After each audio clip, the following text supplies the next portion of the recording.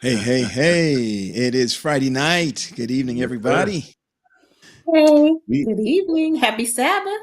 all right. Happy Happy Sabbath. Sabbath. We are here. We are here on the Pastors Roundtable. Listen, we're missing somebody, Pastor Paul. Who are we missing, man? Well, maybe. No, we're not missing Stephanie. We're Right. missing Pastor Roger Wade tonight, man. Yes. Missing Pastor Wade, but we know that his heart and his passion is with us. Ministry is gets us busy, right? And so Yes, we it know that does. Yes, God it is does. blessing And listen, that brother stays on the road. him. For those of you that do not know, I would say more than almost 50+% of the time, Roger is joining us from a hotel room somewhere. Um, that Yes. might be interesting for both folk to go back and count. And you know But what? yes. So, what's up? That is true. No, that's true. Yeah. He's Yeah. somewhere in a hotel and joining us from there. And so we know that God is blessing his ministry. By the way, I'm looking on the chat here, and we have one of our devoted, actually two of our devoted people there with us tonight that I see on the chat. But we do have to say happy Sabbath to Mama Patrick. We gotta say it. Gotta She say is it. that's a hey, listen, that's like our PRT She mom, needs, man. Yeah. she needs to be the fourth host. That's right. There we go. Hey, listen, Fourth host. although we are missing Pastor Roger Wade, we are honored to have with us again Miss Stephanie Scott. Oh yes. It's been an Yes. honor and a privilege to work with her. As some of you know, she is part of the permanent PRT team. Most of the time, she's working behind the scenes with us, but it's always an honor for us to have her with us tonight. Stephanie, thank you for stepping in. We appreciate you. And we love having you with us. That's right. All right. I see Woo in the chat. I Yeah. know. Hey, Woo. Haven't heard from him in a while, so it's good to see him. I saw Brian Taylor, aka BT, BT. our Southern Union communications person. So it's good to see him in the chat. Hey there. Yes. I Yes, see Rodney indeed. Smith is there. That's right. Rodney. Yes, Hey. indeed. I don't. Hey, listen. I got to say this too. I almost don't know what to do with myself tonight. Because TJ is producing tonight, and we don't always shout out TJ. What all TJ does Yeah. behind the scenes, and I'm sitting here getting ready to put stuff on the screen and all. I'm like, TJ's got it. I can chillax right now, man. Today. TJ, we appreciate you, man. Appreciate you working behind the scenes there. So everybody, give a shout out to TJ tonight. Just say thanks, DJ. TJ. Type that in the chat. I know he will appreciate that for us to recognize him tonight. So And this is when the we time want, that go go ahead. ahead, Stephanie. No, I was just gonna say I'm sure we have quite a few viewers, and so if they want to send a happy Sabbath shout out as we begin this Sabbath, as well as letting us know where they're from, that'd be great too. So Well, this is the time, Steph, that we're supposed to do something tonight to make sure that all these viewers know what's happening. And I don't know if you can share with us what we need. Share with us what we need to do tonight. let's do that one more time. Share. We need you to hit that share button, hit the like button. This is a topic you don't want to miss because if you miss this topic, you may miss some money. Now, Mm. everybody needs some money, so we Uh-oh. want you to start sharing. And yes, it is okay to talk about money on the Sabbath. So we're going to be Come on talking now. about money. That's right. That's right. Listen, I'm gonna talk about money to my church tomorrow too. So Amen. Hey, that's right. yeah, Listen, I'm gonna put a. Can I put a little extra on that tonight? yeah. Little things that you can do to help make sure that this stream gets in other people's feeds. Simply hitting the like button, simply typing something. The Facebook algorithm, the YouTube algorithm responds when you engage. And so, little thing you can do to help pay PRT is just type hello, just type good evening, happy Sabbath. Let us know where you're from. Hit that thumbs up button, hit the share button. All of those little things help trigger the algorithm to put this feed in front of somebody else. So, those are little ways that if you appreciate the ministry, what's happening here, that you can help. That's right. That's right. Well, listen. I know we have a show on tonight, and we have some guests in there. So I'm going to start off, Pastor Paul, Stephanie, Scott. What is on the table tonight, Pastor Paul? Whew, I'll take a stab at that, man. What is on the table tonight? We are talking about um, denominational retirees, people Mm, who spend their lives, and in the old days, it was 40 plus years working for the denomination, being a pastor, being a worker, a teacher, something in the denomination, and giving your life to people and to ministry. And we're taking a look behind the curtain as what happens when that's done. When you're no mhm, longer on stage, you're no longer up front, you're no longer getting the accolades and the recognition of what you used to get simply when you were in those positions. What is life like then? We want to dig into that. Sometimes we're finding that sometimes those individuals end up being out of sight and out of mind after all of those years. And so we want to just, again, pull that curtain back, see what it's like in preparation for that, what's life, not just for the employee, but what about their families? You've had a right. pastor. What about that pastor's wife? What about those pastors' kids? What about the widow of that pastor?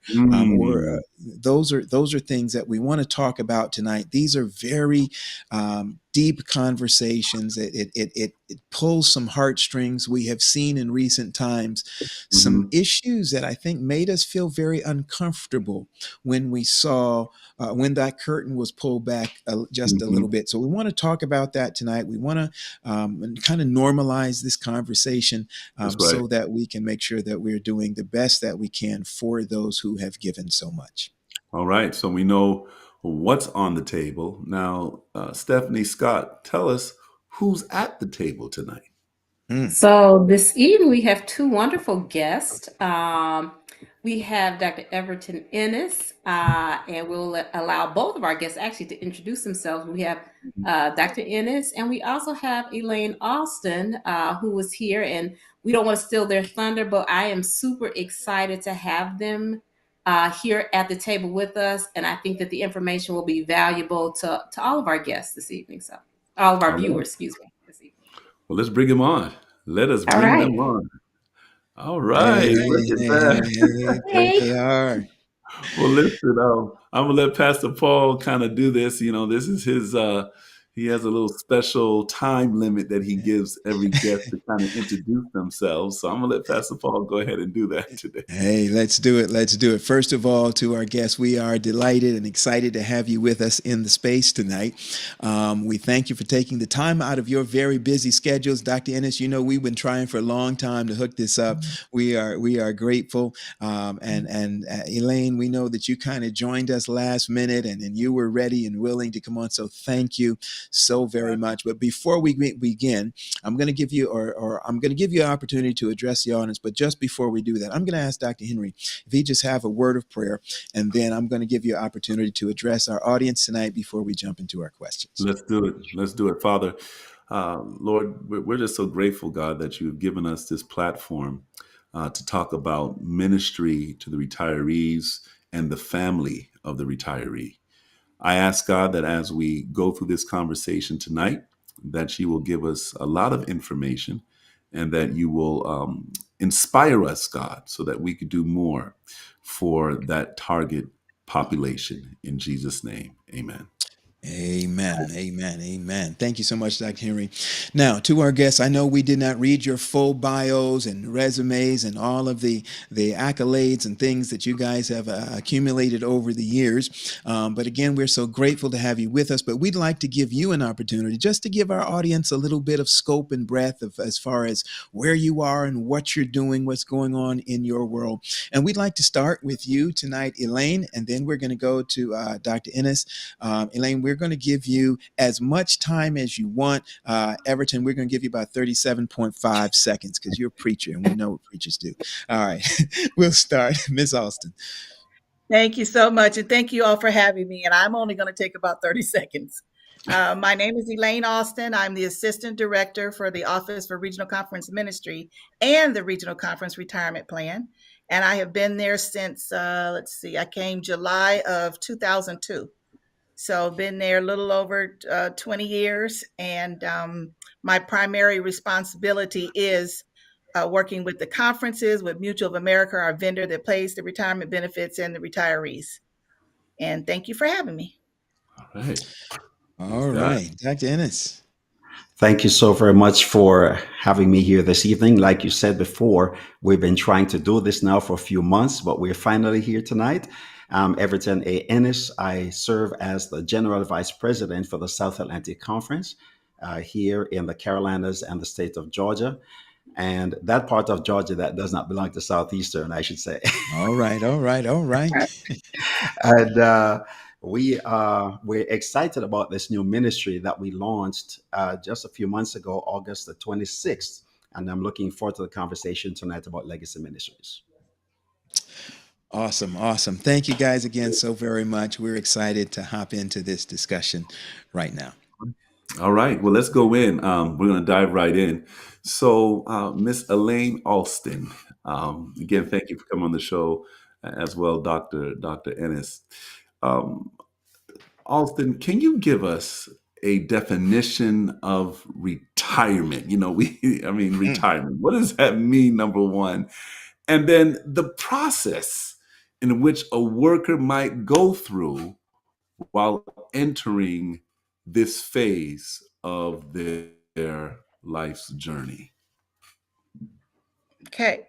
So I went to Webster, the expert, and Webster Okay. defines retirement as an act of retiring, the state of being retired, withdrawal from one's position or work occupation from active working. And the last one part says, and the age at which one normally retires or reaches retirement, a place of seclusion or privacy. Mm. In what I do, the process for a active church worker, currently we ask that you give us 6 months to process the entire retirement. So for example, if you're looking at going out June of next year, by January of 2024, you need to notify the conference office you're looking at retiring so we can get the process going. What I tell people all the time when I do a presentation to active workers, which is very important for anyone at any stage, is to look at your service record. We have so many that get to the very end ready to retire, and especially those that have gone to different conferences, and we find out that their year's missing. It takes time for them to go to that other conference or for the HR person to contact that HR person at that conference, and it can delay the process. So be sure you check your service record every year, that every place you've worked at a regional conference is recorded and it's accurate. And that makes the process so much simpler. The rest of the process, I would say, it's important for those who are married to share the process with your spouse. We find a lot of spouses who have no clue about their, and I can't say just pastors, because it's teachers, it's office workers, everyone. They don't share with their spouses, and so the spouses are clueless as to what's available, what the options are, and it happens a lot even in death. Unfortunately, when we have retirees that pass, the spouse has no clue that they were supposed to get benefits or that they weren't getting benefits Wow. or that they signed a waiver that they're not getting benefits. Wow. Yeah. Yeah. Can I just dig in a little further on that? When we say retirement, that sounds like no more money. Retirement, I'm not getting paid no more. But I still got to eat. I still got to pay the bills. Right. So when we talk about retirement, as far as what it is, for a denominational worker, what does that mean financially for a worker? Good question. And that is one of the not main reasons, but I would say important reasons as to why the Regional Conference Retirement Plan was started. And let me give just a quick Reader's Digest version history. Back in the 90s, the North American Division, where all conferences, whether black or white, were under the North American Division Retirement Plan, it was a defined contribution plan known as DC. No, excuse me. I'm sorry. Defined benefits plan known as the DB plan. And so they were looking at changing it, North American Division was, to a defined contribution plan. Well, the regional presidents and officers decided to do their actuarial studies and found out that if they started their own plan, that their retirees would be making more. So on our plan, you only need a maximum of 30 years of service to retire. On the NAD plan, 40 is the maximum. So the plan was started January 1, 2000. That's the line in the sand. If you were with a regional conference January 1, 2000, and you did not sign a waiver to stay with North American Division, then all of your years from the North American Division carried over into the retirement plan. Now, they exchanged money to pay for those, as they call it, the frozen plan now. But that's how our plan got started. So currently, a retiree's check is about 67% of what they're making in retirement. That's just the retirement pension. Then you add on Social Security, and then if the retiree has any other savings, a 403B, or if they work somewhere else, 401k. So our retirees are doing very well. They're thankful for the plan. And one of the things that Elder McCoy would always say, and what we wanted to do in retirement, is we wanted our workers to retire with dignity. Wow, that is Can awesome. That is phenomenal. can I add? There's a true distinction between the regional retirement plan and the North American Division plan. And so, even though I'm the host, I think it is worth mentioning at this point that I also am the HR director for one of our regional conferences, and I have I'm not even sure if it's a privilege necessarily, because the North American Division retirement process is a little more cumbersome than the regional retirement process. But I do, in fact, process North American Division retirement applications. And on average, the North American Division plan is paying out roughly about 33% of workers' salary. And again, as Elaine has mentioned, that's for 40 years of service Wow. versus the 30 years of service, and that's full.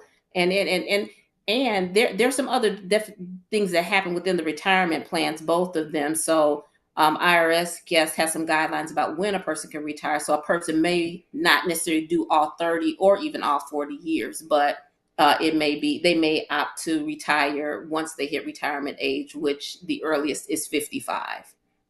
And that's generally, no matter where you work, whether you work for the church or whether you work for IBM, 55 is the point in which you are able to retire.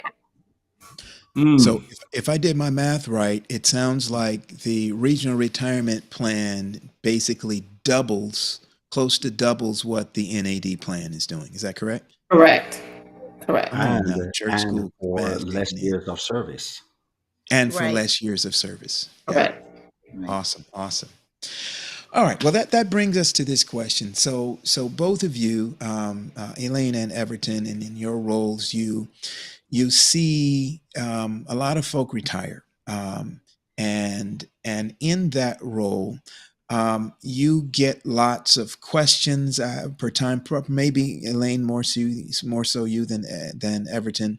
But as you see those questions and you see the issues that our workers face, even under the regional retirement plan, what are some of the bigger issues that you can think of that impact or that affect retirement for our workers?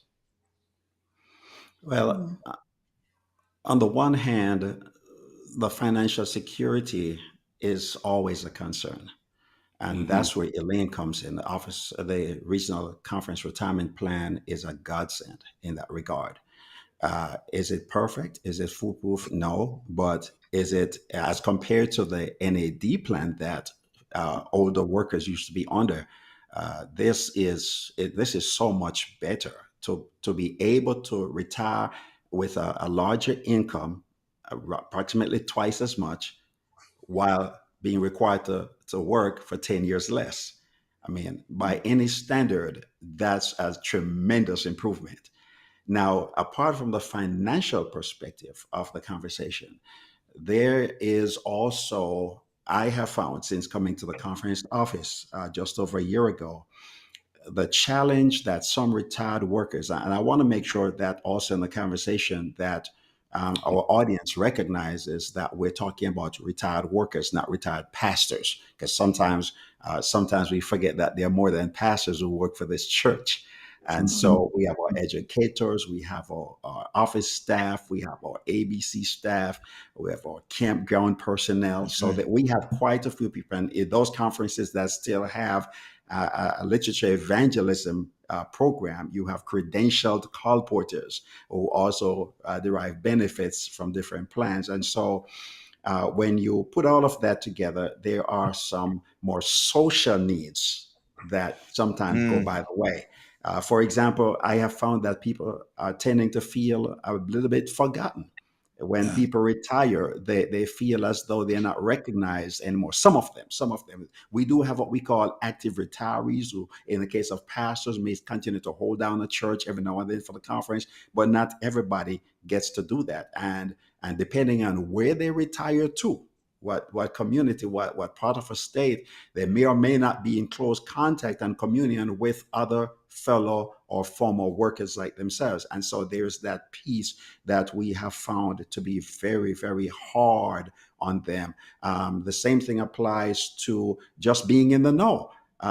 So we have community. There's a sense of a loss of community, again, depending from person to person. And then there's a sense Mm. of that disconnect because in several cases I've discovered, because folk were on the conference's email system now as former employees, and with our cybersecurity policies and so forth, as was explained to me, they don't get emails, and they don't know who's being hired, and they don't know who is in the pastoral rotation, and they don't know who's transferred to which school as educators. And when you're doing this for 30, 40 years, and all of a sudden, bam, it's not there anymore, that can be quite debilitating. Wow.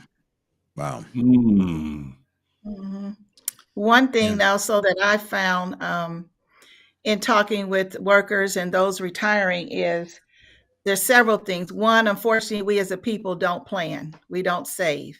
And I Mhm. recommend to all of them that they get a financial advisor so that as they Wow. approach retirement, they are paying off bills, they've paid off car loans or whatever, so that they have a plan and they can live more comfortably. The other thing is, unfortunately, they don't have hobbies or outside interests that are non-work, non-church related.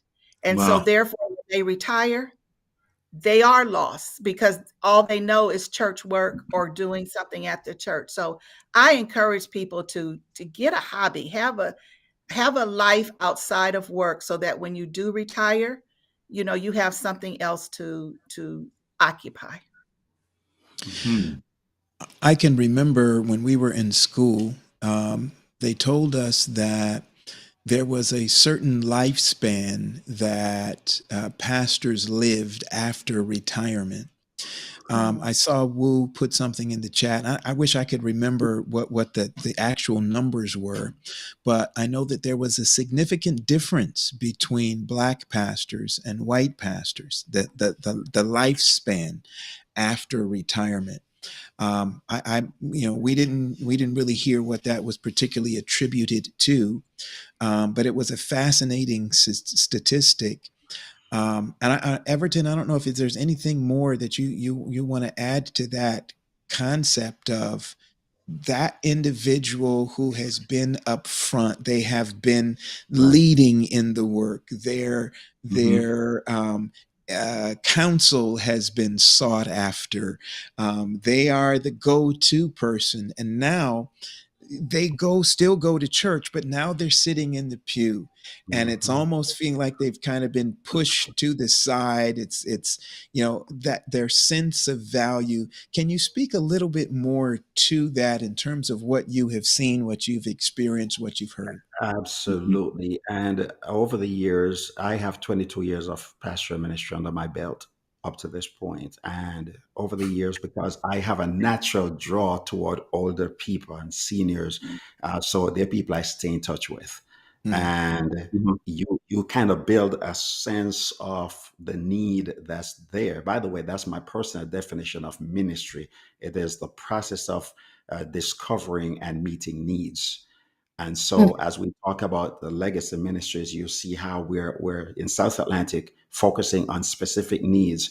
And you're correct. When a person has been in the limelight as a pastor, a conference president, a departmental director, an educator, principal, and all of a sudden, and by the way, let me hasten to say, we're not here, we're not bashing anyone. This is not something that someone intentionally decided, oh, I'm just going to forget that person. That's good. It's part of the human experience where, because we're not the ones retired, we're not thinking the way retirees think. We're not feeling and sensing and experiencing what they sense, feel, and experience. And so it's easy when that's not my part of the journey. I'm not tuned in necessarily to what that person is going through who's walking that path right now. But one day we are going to retire if the Mhm. Lord delays is coming, or if death doesn't strike us first, we will retire. And then we will understand. And so when Yeah. I started to realize that people were going to emails that no longer existed just because they weren't employees anymore. And that's crushing for me to hear a person who gave their practically all the whole adult life to the church. But Mhm. that was not something somebody did and said, I'm gonna hurt the person that way. But does it hurt? Yes. I can Mhm. tell you, I've talked to folk and they hurt. And so we reasoned together, and I was committed to saying, yeah, we've got to do something about this. I praise God for my fellow administrators in South Atlantic because once I brought I alerted them to what I'm discovering, and they were like, what? 'Cause again, it's not something that somebody planned to do. But Right. then once that sense came to their attention, they're like, okay, what do we do? Because we can't let this continue. Because we cannot know that our fellow workers who are now retired feel this way and their families. So that's what I want to kind of segue is that the legacy Right. ministries, and we talk in just a minute about what that means specifically. There are categories of people in our pews who have given themselves to this denomination. Some have served directly, like pastors, teachers, other frontline workers, and there are those who have served indirectly, their spouses and their children. They might not have been on payroll, but they have served. And they, like their employer or employee, relative or family member, have given in terms of sacrifice. There's something Mhm. that they lost serving this church. Mhm. Mm. So you just went into this legacy ministries, right? As a program that can help still foster that relationship.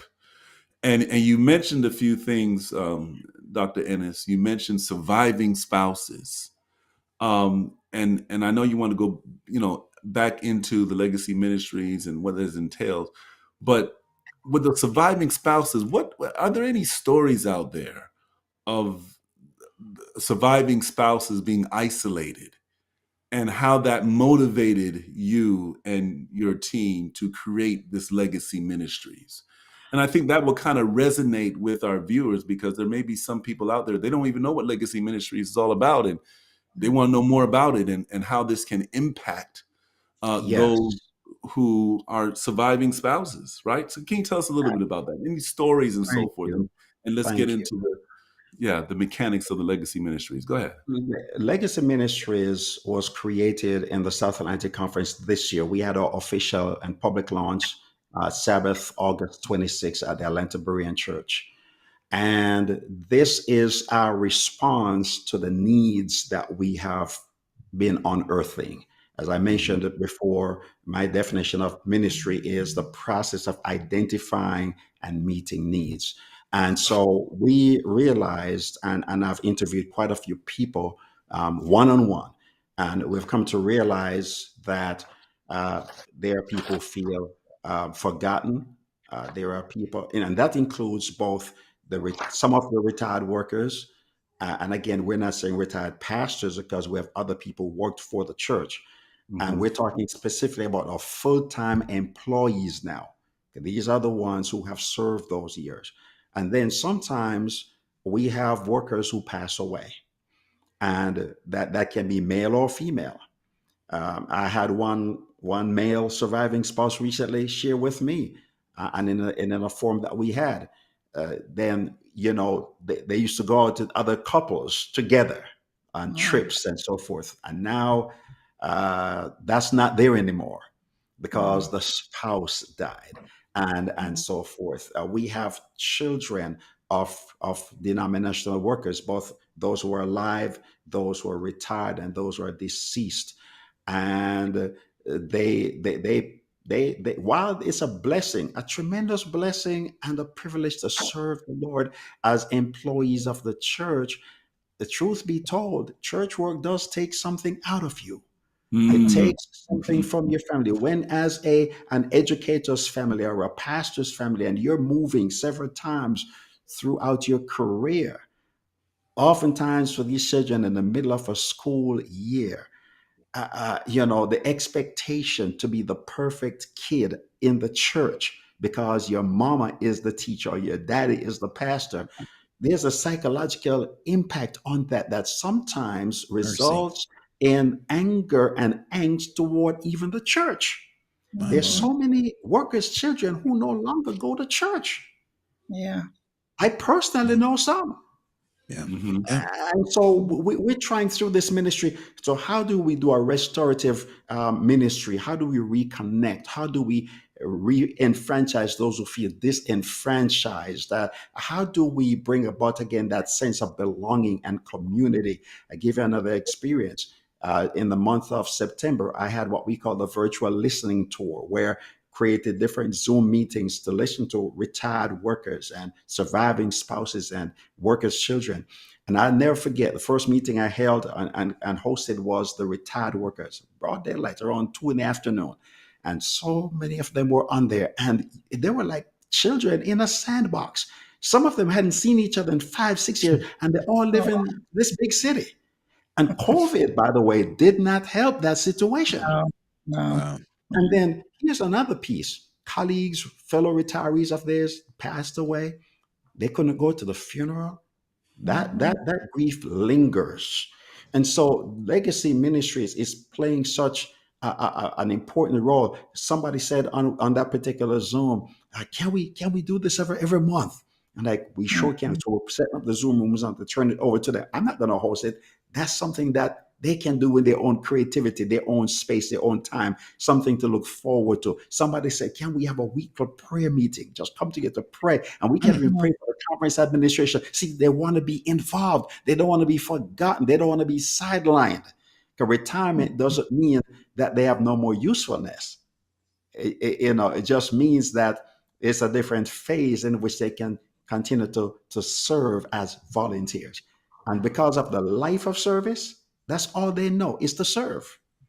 And so we want to facilitate that desire that they have. So let me just say one quick thing. So do you reach out to the retirees? Do you how do you get in contact with them in your conference so that they could be on this Zoom call that you had, or so how do you reach out to them? So thankfully, as at least as far as the pastors go, the retired pastors, I pretty much had everybody in my phone already because I Okay. would periodically send them group messages, and I've been doing that for years, long before I came into the office. So that Okay. was just, like I said before, I love interacting with senior people, and so that was just a natural thing for me.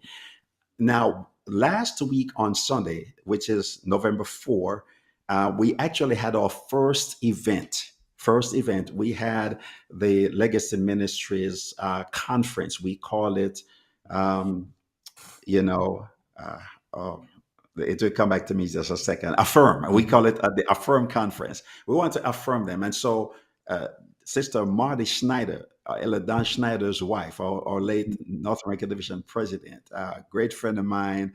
Marty is a surviving spouse. She was the keynote speaker. And after that, we had two different tracks of three breakout sessions, one for the retired workers, one for the surviving spouses, and one for the workers' children. And we had track one, track two of all of Wow. those. It was wonderfully attended, and that was just the first event. And I'm telling you, I was jumping from room to room in the Zoom space, and just checking out what different people were doing. And we brought in a psychologist here in Atlanta, an Adventist, to be with the workers' children for track two, just to listen, to facilitate. And when we say workers' children, the steering committee, which I chair from the conference office, because this comes under the office of general vice president, Mhm. I intentionally did not go into the second track where Dr. Montpremier was facilitating that conversation. I wanted them to have a safe space. I'm a conference official. I didn't want to in any way make them want to feel like they couldn't talk and say what they want to say. And so these are some of the things, just creating that safe space for them. And I put them with a psychologist. I've not asked her what they said. I don't care. I don't want to know. What's important is that they got to say how they feel. And in fact, that particular workshop and discussion was entitled is it a safe space for me to say how I feel? That was the title of that session right there, Oh, right? Because many of them are carrying a lot of grief for many, many years. Some of them have seen their denominational employed parents either in reality mistreated or the perception of being mistreated. They carry that mhm. pain. And so we see this again as a restorative ministry seeking to reconnect people and to re engage people and to help people to know, you know what? You serve this church. Now this church is here to serve you. Mm. Mm. Oh, I wanted to add a few things if I could, just really briefly, because I know we're going to have to reset in just a moment. There's a couple things that I want to mention that people may not be aware of. One of those things is the conferences do offer a relocation after retirement. Now, the reason for the worker, and the reason I mentioned that is because a lot of times people don't know, but a worker sometimes they're isolated. They may feel isolated because they're not aware that they have the potential to be moved, the cost of moving and relocated to an area where they may have family members or where they may have a better support system. That is one of the benefits that a retiree has. And so I just wanted to mention that is something that can help our retirees. The other thing that I wanted to mention is, and I saw it in the chat, and so I just want to reiterate, um, retirement planning and planning for your future starts at the point of employment and not at Mm. the point that you're ready to retire. And so I think Wu said something along the lines of oftentimes we have, as a denomination, talked a lot about the imminent return of Christ. And I do believe that to be the case. I do think imminent is a little bit relative from the standpoint that it does not preclude us planning. And so, if you're a new worker, if you're a middle aged person, it is never too early to start planning for retirement. And as Elaine has mentioned, it doesn't just include paying down bills and getting rid of debt. Some of that is investment, diversifying your income, putting your assets in a trust. There are a lot of things that people can do to prepare. The final thing I'll add is that, and I think I saw Rodney's comment in the chat. If a person, if one of our workers in the regional retirement, and it's true even for the North American division, retires, passes away prematurely before they hit retirement, there still are benefits to the spouse for them to receive additional money. And so a lot of times people are not aware. I will give Elaine big props because she tries to make sure that the workforce, the conferences are educated, the regional conferences are educated on the benefits of the plan. And we wanted to share this information to our viewers because a lot of times there's a perception that the church is not really trying to take care of their workers. But I will say that the regional plan has been a blessing. We have had pastors in South Central Conference pass away, their spouses have definitely benefited financially and received that workers' benefits after the person had passed away. And so, but I will emphasize service records are critical. And so, if you happen to be on this viewing this program either live or you'll view it after you'll view the replay, be sure to contact your local conference HR department and ask to see your service record to make sure that it is accurate. One final thing, and I'm gonna shut up, and that is for the regional retirement plan, and I have said this to our workers. If you are working in a regional conference and you leave and go to a state conference, your service record years that can be counted toward the regional plan will be suspended until you come back to the regional plan. Oh So my. if you work, for example, in, let's say, Oh Central my. States, and then you go to, let's say, Florida Conference, the Oh my, years Dr. that you Henry. work Oh in my. Florida Conference do not count toward your regional conference retirement plan. Come on And home. there Come is on home. no defined benefit plan for the NAD plan. So I'm not talking to anybody specifically, but if you know that you fall into that category.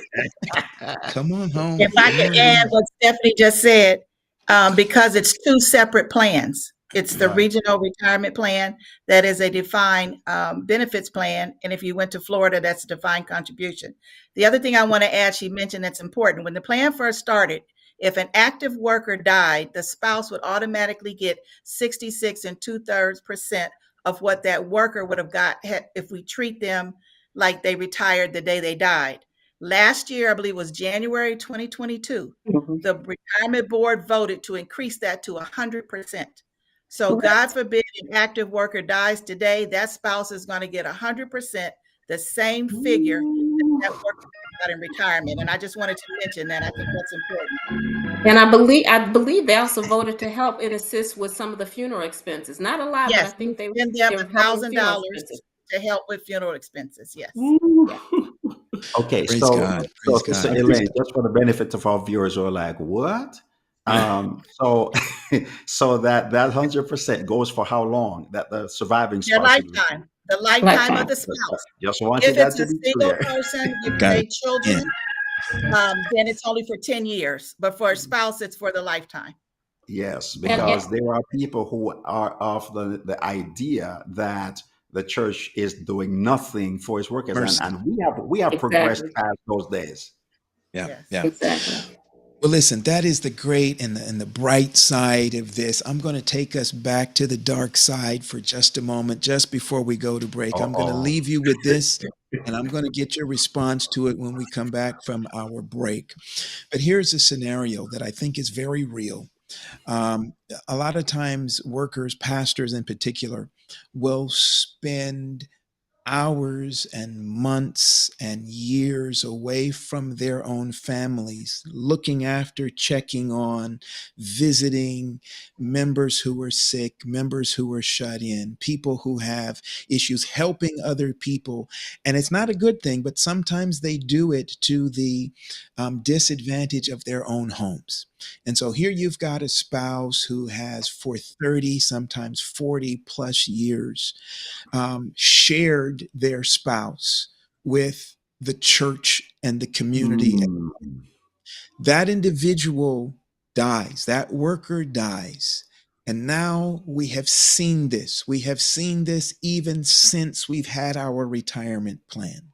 We have seen that spouse now forgotten again by the same church who their spouse has spent all of these years. They sacrificed. This legacy ministry is something that is one of the first of its kind. When we come back, I want to talk about, are there things that we have built into this legacy ministry, or are we thinking about how do we avoid finding minister spouses, worker spouses in those type of a situations? Is there a way to be intentional about that? Number two, another thing to think about when we come back. We have also in recent years seen ministers who have retired. We've seen GoFundMe's go up because families Mm. have monies to take care of them in nursing homes or to put home health care to be with them. And we know that whole scenario, that's a lot of work. What when it comes to those type of things, are we falling short? Is there, and as a response to those issues we've seen, and we talked about family children who are left with the care of their parents who have worked for the church for so long. I have seen their Facebook posts, and there is this bitterness that comes alongside of that. I want us to speak to that in just a few minutes when we come right back. All right, let's do a reset. All Wow. right. Listen, you Listen, gave us a lot to chew on, Pastor Paul. That was a lot. Well, But it I was wanted to good give stuff. them time to formulate that, so I Right. said, let me It was throw it good at them stuff. before we come to this break, so that I have some time to No, it figure was good something stuff. out to share with us. Listen, if you Yeah. were just joining us tonight, if you've just come in tonight's edition of the Pastors Roundtable, welcome. We're glad to have you with us. We have two wonderful guests with us, Elaine Allston and Dr. Ennis is with us. We are excited to have both of them tonight as we're talking about what happens on the backside of ministry. Moses, Right. at one time, was on the backside of the desert. What happens on the backside of the ministry when you're done in retirement? We've had some fascinating information that we've had tonight. But listen, we always have fascinating discussions here at the Pastors Roundtable. Let me go to Stephanie. Stephanie, if somebody has missed any of these discussions at the PRT, how do they find out more? Where do they go? What do they need? Wow, I'm not even sure how many episodes we've done, but you go to YouTube, or you can go to our website. You can go to That's right. YouTube and type in the Pastors Roundtable, and you will find at least 6 previous seasons with numbers of programs that include a lot of different topics that will definitely spark your interest. Wow. Hey, Dr. Henry, is there someplace else besides Facebook and YouTube that you can go? Oh yeah, the Pastors Roundtable, man, .com. Come to our website, Not .com. live. Oh, That's right. Come to our The Pastors Roundtable Live. That's right. PRT.live. But if you go, over there. watch this. If No, you go to over the here. website and you want to donate, can I talk about donating to the Pastors Oh, we're talking about money Roundtable? again. Okay, let's We do it. have the Cash App. That's right, the Cash App. So it's your $, of course, the pastors. Actually, it's Pastor RT. All right. So that is our Cash App. It's a $sign there. The Pastors RT. You could donate to the Pastors Roundtable. And good. Listen, And when as you go to always, we want them to share. We want you to share. yes, yes. You got to share this before we get back and bring our guests back. But listen, when you go to the Pastors RT.live, Pastors Roundtable.live, what is it again? TJ, put that back up there. That's a shame.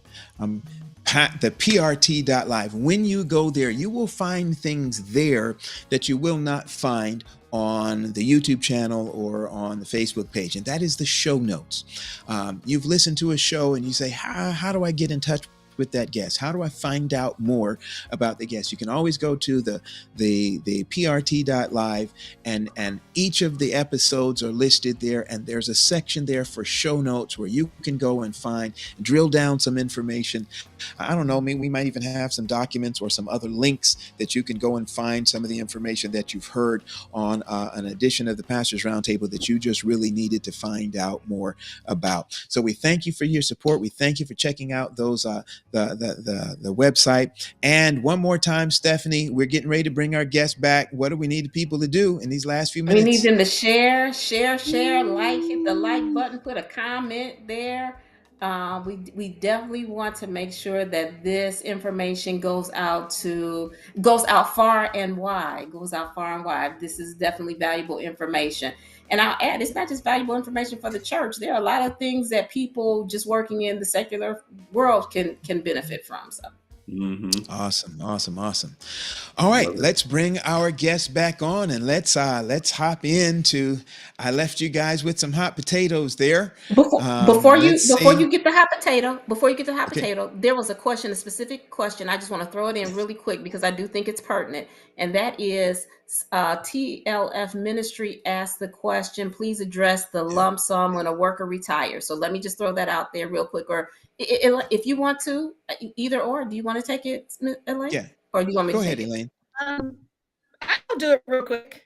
The church has provided, and it's not just regional conferences, the Adventist church has provided what's called a lump sum retirement allowance, and it's money to help the worker transition into retirement. On our plan, if you have 30 or more years of service, it's basically 25% of 1 month's salary times 20 years is the max. If you have under 30 years of service, it's 12.5% times your 1 month salary times however many years you have. And you get that in a lump sum. If you choose to take it, we have to take out the mandatory 20% to send to IRS, or you can roll it over 100%. You can split it. If it's say $20,000 and you want 10, you would only take the 20% off the 10 and roll over the other 10,000 100%. So that is an additional gift that you get as a worker when you retire. And And Elaine, if I may roughly, add, Hold on, right there. That's that clip that's going to be a short at the end of this show. That TJ's going to cut that piece out, and that's going to be so you can that's do the going to be on a reel calculations sometime. yourself. But the average, so if which the month average salary are we talking about? Is that the highest? It's usually your last month's your salary. last month. Okay. So the All right. average roughly for 30 years, rough numbers, just rough numbers, is probably right around between 20 and 24,000 before taxes for a full 30, and that gets paid out to the retiree. And again, it helps transition. That's in addition to everything else. And Okay. All Dr. right. Pollard is in the chat asking, what's the non-regional retirement formula for that lump sum? Mm, It's the same. It's for the NAD plan. It's the same formula for the NAD plan. Okay. okay. All right. Okay. Let's get back to that oven and see how those hot potatoes cooked.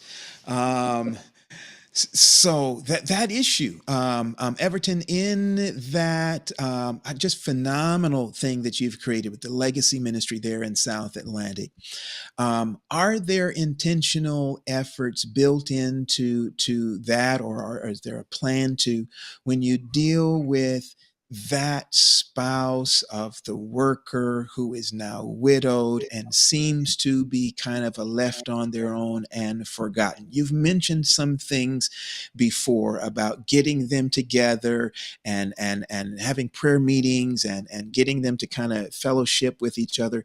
But what about when there's like, I mean, yeah, there are preachers who are going to other people's houses, cutting down trees, limbs, and doing those kinds of things. What about that widow who they're on their own now? Kids are grown. Maybe they didn't have any. They're gone.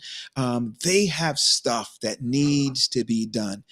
And sometimes it's like the same church families that were being taken care of by the pastor, they forget about that. What is there anything in this plan, in this legacy ministry, that addresses things like that? Yes, that's a great question, and two-sided answer. The first side is that Legacy Ministries is still new and emerging, so we are Mhm. still perfecting it, so to speak. But what we have already started doing, in addition to having like the Zoom events, we have started saying to our pastors already, please help us identify in your congregations who the retired workers are, who the surviving spouses of denominational workers are. By the way, I should say something that I don't think we want to miss tonight. I'm coming back to a question, I'm still on it. Mhm. We want it to be known by our viewers that Legacy Ministries, which is created by South Atlantic Conference, it doesn't just include the persons who were employees of South Atlantic Conference. Let me illustrate Ah, what that's that good. means. If a Okay. person worked in the North Pacific Union and they retired in North Carolina somewhere, they attend the South Atlantic Conference Church, they're automatically included. Ah, that's If good. right, so we're That's being good. inclusive in that we're having not just pastors but all full-time employees. That's one level of inclusion. The other level of inclusion is regardless of where you were a denominational worker, if you're in South Atlantic and attend one of our churches, this ministry is for you. Same thing if you're a surviving spouse, if your spouse lived and worked in Greater New York Conference and he or she passed away, you moved down here with your children, you're involved and included in this ministry. So we're here to cater to you regardless of where your paycheck came from, as long as you were a full-time denominational Yeah. worker. All And right. let me just say something on behalf of our members too, and that's I know it sounds like maybe my question was kind of beating them up just a little bit, but keep in mind a lot of our workers and pastors do not retire in the fields or in the churches that they served. Mhm. A lot of times they retire in places where people do not know them.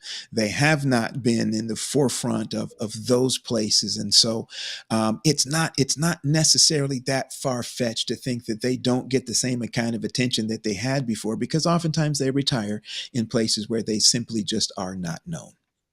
Hmm. Yes. I want to address the question you asked earlier before the break about, you know, we have a lot of cases, unfortunately, where a pastor dies and they're doing a GoFundMe account, Yes. trying to raise money just to bury the person. Mm. This is also important. As active workers, we have life insurance with the church. But the minute you retire at midnight, that life insurance goes away. So it's very important for you to have your own private life insurance policy, burial policy, something so that your family can at least bury you and not have to beg for money. Let me Mm, let me let me give a clarification right there. For all of the conferences that are on the Adventist risk plan, actually their life insurance is portable. So the everybody who True. is working for the church can take their life insurance with them. And generally speaking, the benefit of taking the life insurance with you, which is called portable life insurance, is that because you're in a larger group, the rates are lower. So a lot of people don't understand, particularly younger people, the older you get, every 5 years, you get into a new age rated category and your life insurance goes up because you become a higher risk because you're getting older and you may die. So a person who is in their 50s, 60s are maybe paying 2 or 3 times more than a person for their premiums than a person who's 24. But in a group, you can get a better rate for a higher amount. So a lot of people have seen the Colonial Pin Life commercials where you can get, X number of dollars of life insurance for $8 or $12 a month. That's usually a very low amount, a very low policy, which barely will cover funeral expenses. Whereas if you stay and take the portable life insurance with you when you retire, then you may be able to get more dollars and at a lower cost. I'll put it like that. So yes, that they can take that. Pastor Paul, I must throw in here as well that South Atlantic Conference went even a step further. And I'm not sure if this is done in other regional conferences. We have a unique plan where a person can, through signing on when they get to age 60, to a life insurance policy that the conference pays for. They don't have to Mm. pay 1 cent, and the conference is the beneficiary up to 70% of the Oh, benefits, that's but nice. the person's beneficiary is the recipient of the 30% in event a death occurs. So that ensures that there are funds laid aside, and this kicks in after retirement. I may hasten to add that this Mhm. benefit is only payable after retirement, so that there is a little nest egg to make sure that final expenses can be covered. Wow. And I Everton got South a question on is that. the only one doing that. You all are yes, the only ones doing that. Yeah, Yeah. That's that's why what I we're was a going to great ask. conference. wow, I was that's going to powerful ask, stuff, man. do conferences talk? Do you guys South share Atlantic is this doing thing great across things, man. conference lines? we Uh, we do share information. It's the same thing. South Central has a supplemental retirement. So in addition to the regional retirement plans, South Central's workers also get an additional pension plan supplemental for the rest of their life, and their spouse gets the benefits of that too. So some of this is has been born out of the need of those horror stories. And so yes. I Mm. think we are Okay. collectively trying to address those issues. So I'm really pleased, and I will be calling Praise Dr. God. Dr. Ennis to talk Praise about God. that one. Well, listen, when we talk about the legacy ministries, and again, Dr. Ennis, we just want to applaud you and your Mhm. conference for what you have done in taking the lead and the initiative on this. I don't know that we can say enough about the heart that you guys have put into this. So again, on behalf of our retirees and our workers, and even our current workers who will, Yeah. graduate into this ministry, we say thank you. If you had an opportunity to speak to or to say something to the other conferences that may be contemplating something like this, what would you say to them? What counsel would you give them in regard to creating something like a legacy ministry? And how intentional do you think that they should be when it comes to a ministry like this, no matter what they choose to call it? What would you share to the conference that is curious, that's interested in trying to begin something like this? I would definitely say this needs to be done. We're talking Mhm. about three demographics of members in our congregations, and some who are not there because of whatever ill feelings, etc., because of how they perceive things might have been done, their family was treated, and so forth. It is worth the effort. I can tell you, there's a tremendous satisfaction that comes with seeing the response, the reaction when people realize the conference is doing this for us. This coming year, we're having conventions in all three states, legacy ministries conventions. We're bringing folk together in Mm, person. On in October next year, it's already in the conference calendar. that's We're beautiful. having a gala, Legacy Ministries gala. All right. Mm. So we're trying to put the emphasis back on affirming those who spent their lives affirming others. And we Wow. just feel in the South Atlantic Conference. I'm grateful. I'm grateful for my fellow administrators, Ella Preston, Ella David Smith, Mrs. Marquita Mosley, and our Vice President for Pastoral Ministries, Mrs. Kim Gedo, Vice President for Education.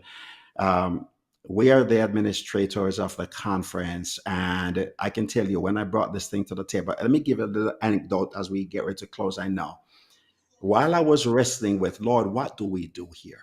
How do we fix this problem? How do we meet these needs that I'm seeing? Pastor Paul published something on Facebook, and I called him. I said, "Man, that situation you put on, that's in my neighborhood, isn't it?" He said, "Yes." Yeah. And we got together. I remember it was a Thursday, and we talked. And I said, "I'm in the process of making a proposal at our table." And literally within 2 weeks, Boom. AdCom had bought into the idea, and we created the terms of reference. If you go to our website, South Atlantic, that's sacsda.org, and click on About Us and then Official Documents, you see the terms of reference for how we structured this ministry. And as a conference leader out there watching, and I know I share this link in Adventist Professional Ministers, so there are conference leaders in that group that are watching this right now. Go to the South Atlantic website, again, sacsda.org, click on About Us, and then click on Official Documents. You see the terms of reference for what we're doing and how it's structured. And the last thing I would like to contribute is that if you're a South Atlantic Conference member, you attend a South Atlantic church and you're watching this tonight, you fall in one of those three categories, or you Mhm. know someone who does, please reach out to us at legacy@sacsda.org. I think it's on the screen somewhere. Legacy@sacsda.org. We're in the process now of doing some work on the website. We're putting up a page soon as we create a new website, which is a password protected page, which has the contact information for those who said they'd like to be a part of an online directory. It won't be open to the public, but retirees and so forth can go there and find each other. Which city are you in? What's your Hmm. telephone number? What's your email address? So they can keep in contact. So we put on a survey monkey, and they overwhelmingly said this is something that they would love to participate in because they're looking for community. I'm on that Fascinating. One stage. Mm, one follow up with this.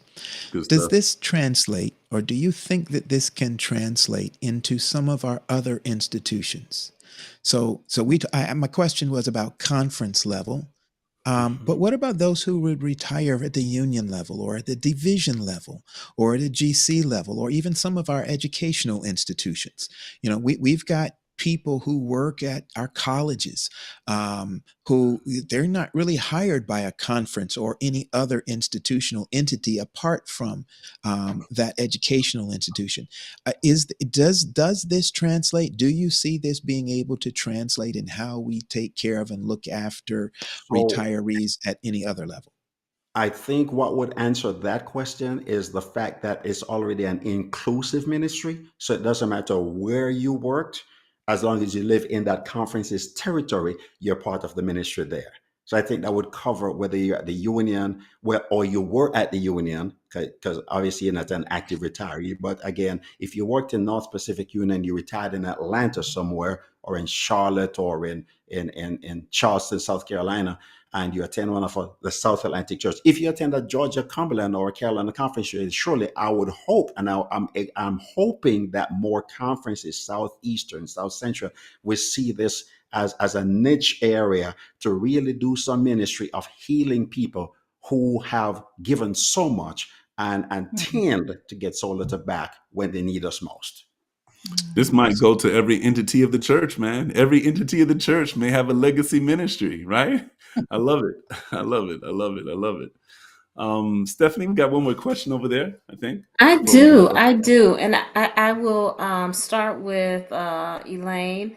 As we start to wind down, what are two things that you would like to tell our current workers regarding retirement that would help them when they get to retirement? I probably have said some of it, but what would you share with people that is, and some of it you have shared already. I know one thing you're going to say, so I'm going to take it away from you, and that's service record. So tell me the other two that you would, and then Dr. Ennis, if you start to prepare in your mind two things that you would tell current workers that would benefit them as they prepare even now for retirement. Well, yes, you took away the first one, of course. Service record, service record, service record. I can't emphasize that. That's good. And you are never too young. Some of our young people think they're too young to think about retirement and start planning. You're never too young to think about retirement. Never too young.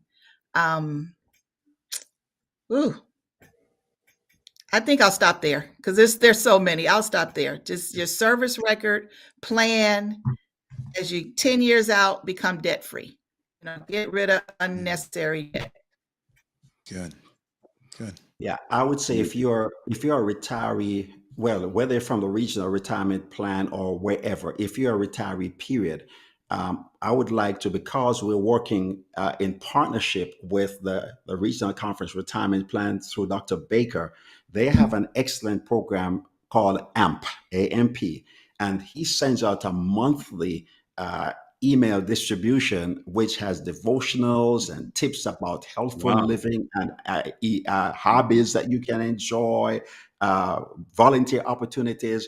Dr. Baker is doing tremendous work in that space, and so I would encourage you to go to the regional retirement plan. Again, whether or not you're a retiree from the regional work, just go there just for the ideas that they're putting out. I've looked at the website; they have great stuff that's going on. So that's the one piece. The second thing I'll say is, as you plan to retire, because I'm 57 years old, I'm a little ways from retirement. If God blesses me to live to see retirement, I already have in my head what I want to do after retirement. So don't wait for retirement to come upon you. Plan ahead and decide what you will do so that when retirement comes, you're not left out in the cold and you have no reason to feel like you have no usefulness or community. Create your own. Plan ahead and do something for retirement. Wow. Wow. If you throughout can this put on our program, website, right. They can go there, and that's where they can find the AMP program and the Adele program that he mentioned about that Dr. Baker's doing. Thank you. Yes. Okay. There. So you're saying in this website here, you could find Dr. Baker's program, right? Yes. The regional. Yes. Okay. That's good. Absolutely. It's open, and the HR directors in the regional conferences get the information, and they generally have a list of retirees, so that information should be going out to those individuals through the HR departments at the regional conferences. All right. Well, listen, I've been sitting back, kind of listening to what's happening here, and man, I'm just overwhelmed with the information that was given today. That listen, there is community when we retire, and there is still family for our survivors of the retirees, and to have this type of program and to have those things in place for our workers when they retire is enormous. I think if more people can get this information as early as they can, and I know they get it, they get it through workers' meetings and all that, but I think if the workers going to take it seriously, I'm not saying that they don't, but Pastor Paul, when we came in, I don't know how much we were thinking about retirement, man. We're just there, but the more we can really internalize this information, I think the better we will be when that time comes. Definitely. Can I give you a different mindset as we sort of wrap up? as an HR person, one of the things that people often think about is retirement. And as a young person or even a middle-aged person, um, a lot of times you don't necessarily plan for retirement. However, I would challenge our workforce. I would challenge people. We have seen so much loss in our churches, and a lot of it we see with older people. You know, we tout they've lived a great life, but our pastors are on the road a lot, and tragedy strikes families. Tragedy Mm, strikes families. So preparation isn't just necessarily preparing for retirement. And that's one of the things I try and share with our workforce. You know, if our pastors, a lot of our pastors have multiple church districts. Those who know me know my spouse was in a horrible car accident and broke his neck. Like life happens, and preparation starts now. So you know, if you're a parent and you have children, you should be looking, and a spouse and or a spouse, you start to make preparations for the care of them should you lose your income, not because of retirement, but because of a disability, because of an illness, or because of death, unfortunately. So retirement is ceasing work, but how that work ceases is not just voluntary. It could be Right. involuntary that's ceasing right. of Good work. That's point. right. And Yes. so Good point. when you think of retirement in that context, then you plan now. You know, if we have pastors who have children who are one, and I spoke to a pastor today, in fact, he has an infant, I believe, under one, and one that may be around two. So if something happened to that pastor, how does that income get replaced, or what happens to those children? So I would encourage our workforce, not just our pastors, but our workforce, if something Hmm. should make them incapacitated and they're unable to work, they are in fact retired. You know, they may get some disability and so forth, but Hmm. just think about retirement in a different kind of way. Hmm. Wow. This has been a fascinating conversation tonight, and I just want to thank our guest again, Miss Elaine Allston, Dr. Yes. Everton Ennis. Thank you so much for sharing what you've shared tonight. Thank you for what you both do in your respective places. That's right. Um, you know, we have heard, it's true, we have heard some messy stories and some tragedies along the way. But I want you to know that my heart is encouraged to know that there are people like you who care about our workforce, who care about some of the mistakes that we have made in the past, and that you are making efforts and strides to correct them and to do better. You make us feel like we're in the right place. So thank you again. Thank you so very much for what you do, for sharing what you have shared tonight. We have been blessed. We want to thank our audience tonight. Those of you who have come Yes. in and you have listened and you have shared Yeah. and you have typed and you have engaged. We want you to know that we're here because you're here at the Pastors Roundtable. So thank you so much for being out there tonight. If you have enjoyed tonight's conversation, if you've been blessed, if you've learned something, would you do one thing for me tonight? I just want you to type a one, the number one in the chat. I want to see if we can fill this chat Let's do it space up. with just some ones tonight. If you've been blessed, if you've learned something, if it's something that you know that you need to share, want to share with somebody else, just put that one in the chat tonight. We want to know that you're there, and that you've been blessed, and that what we are doing has been beneficial and edifying to you. In the And can I give a meantime, shout? Can I give a yes, shout out beforehand? Because I'm not please. always on, so let me give a shout out. Yes, you know, my mom is on here, and she is a Uh-oh. retiree, and the spouse is Hey. someone who was a worker for the church, and so I'm sure she is appreciated. So hi, Marvin G. Kelly, that is my mom, so I have to give All her a right. shout. Hey. All And so right. thank you for joining us this evening. And I do want to answer one thing. If you're a worker on here or an ex-worker, contact your HR department in your local conference, and they can give you this information as well. So make sure you connect. If you're in South Central, give me a buzz. If you're in, you know, one of the other regional conferences, call your HR folks. They know this stuff. All All right. right. Praise God. Well, listen, everybody, thank you again for joining us tonight on the Pastors Roundtable, where we aim to help you keep ministry relevant. Resourced. And real. God bless. Good night, everybody.